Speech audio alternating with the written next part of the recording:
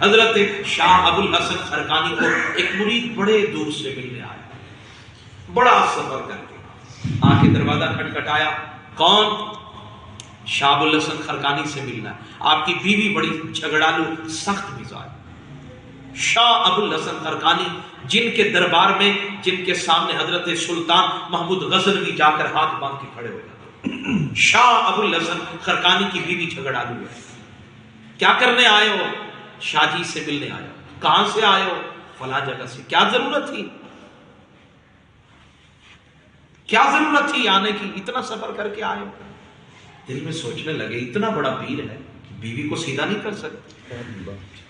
بات دل میں آ جاتی ہے نا جی، اتنا بڑا عالم ہے، مبلغ ہے، صوفی ہے، فلاں ہے، لیکن بات تو اس کے گھر میں اس کا حکم بنتا پورا نہیں ہوتا۔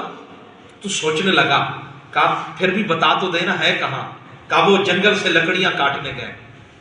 وہ چل پڑا، راستے میں جو منظر دیکھا نا، یہ جملے بڑے قابل غور ہیں، میں اختتام کی طرف آ رہا ہوں۔ جب راستے میں پہنچا تو دیکھا دور سے ایک بزرگ ہے جو شیر کے اوپر سوار ہو کر نا گٹھڑی اٹھا کے لکڑیوں کی آ رہے۔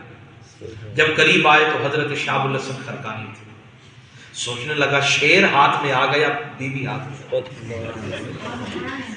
سوچنے لگ گیا شیر کو تابع کر لیا، شیر کو تو کر لیا، بیوی کو نہیں کر سکا۔